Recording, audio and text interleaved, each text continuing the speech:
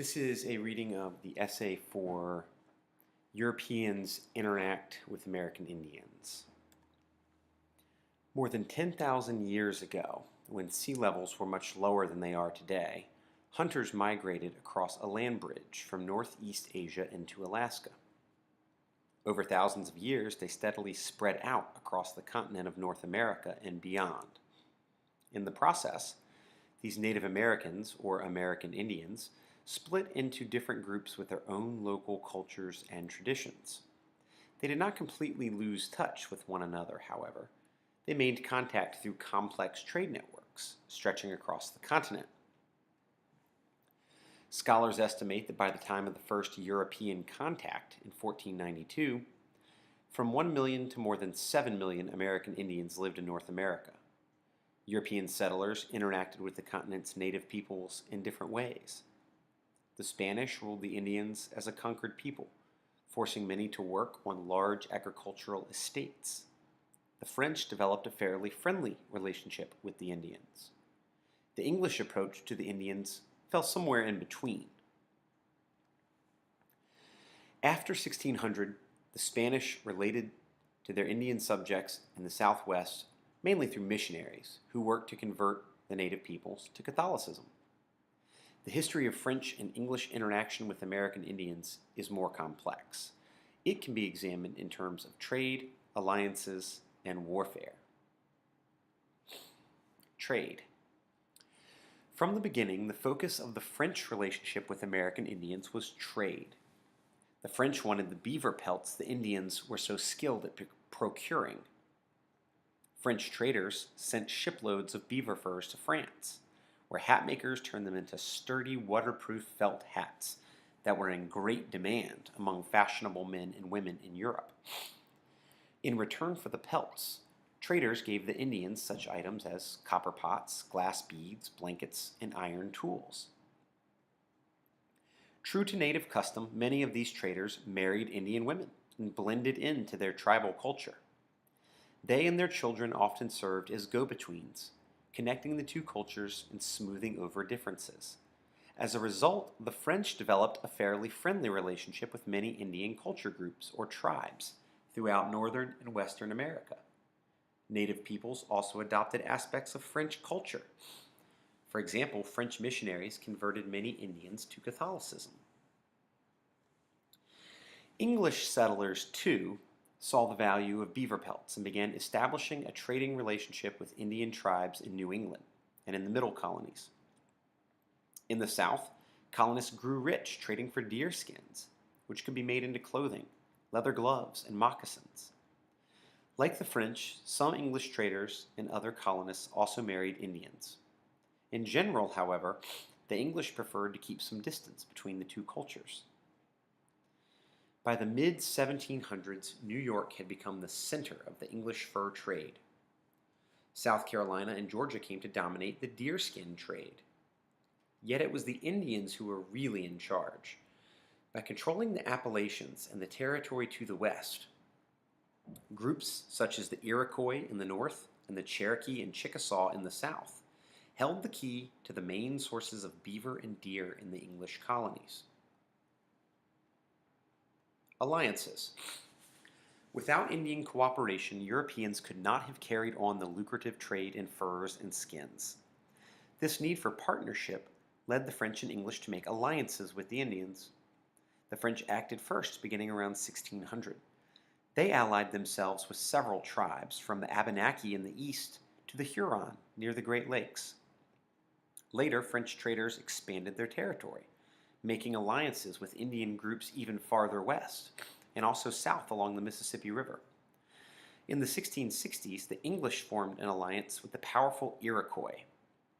This alliance gave them access to furs in the lands around the Great Lakes and into the Ohio Valley. Through their alliances, the American Indians and Europeans became economically dependent on each other. The Europeans relied on their Indian partners to provide them furs and skins. The Indians relied on their European partners to provide them iron tools, woolen garments, and guns. But the Indian-European alliances went beyond economics. They also served a military purpose. The Huron and Iroquois, for example, had long been enemies. The French regularly found themselves drawn into battle against the Iroquois in support of their Huron allies.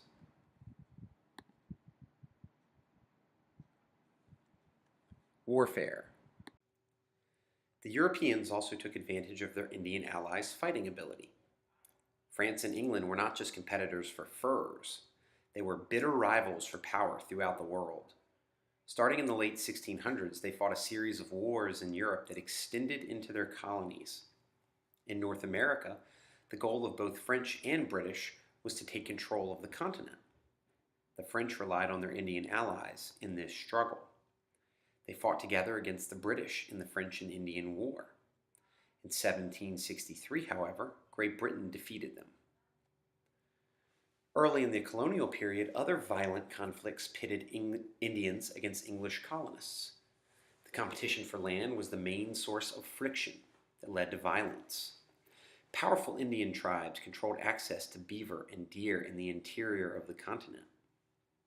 Those same tribes also blocked access to English settlers who wanted to expand westward.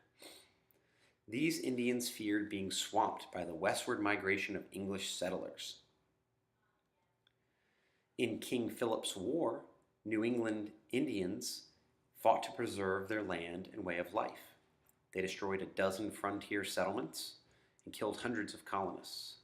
But the colonial militias fought back, wiping out entire villages and some 3,000 Indians. They forced some captured Indians to work on their farms as slaves and shipped others off to plantations in the West Indies. In the Yamasee War, several southern tribes, led by the Yamasee tribe, joined together to attack settlements in Carolina. This war was triggered not just by land disagreements, but also by issues over credit. The Yamasee, largely ignorant of English economic ways, had built up huge credit debt for goods they received. When traders demanded Indian deerskins to cover the amount due, the Yamasee reacted violently. Backed by other tribes, they launched a series of bloody raids on trading posts and plantations, threatening to wreck Carolina's economy. Troops from neighboring colonies had to be called in to help defeat the Indian warriors and drive them out of Carolina. Indian deaths in wars such as these took a grave toll on tribes, but it was nothing compared to the greatest killer of all: disease. Europeans unknowingly carried contagious diseases with them into the Americas. There, they devastated the Indians, who lacked immunity to these foreign diseases. Epidemics of smallpox, measles, plague, and influenza swept through Indian villages, often killing every resident.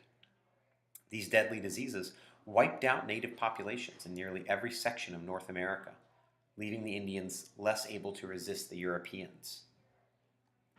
Despite military defeats and the ravages of disease, Indians remained an important presence in North America. After the French and Indian War, the British tried to preserve the lands west of the Appalachian for Indians. In the Proclamation of 1763, the British barred colonial migration to this region and stationed soldiers along the frontier to enforce this policy. To pay the soldiers, the British imposed new taxes on the colonists, taxes that became one of the causes of the American Revolution.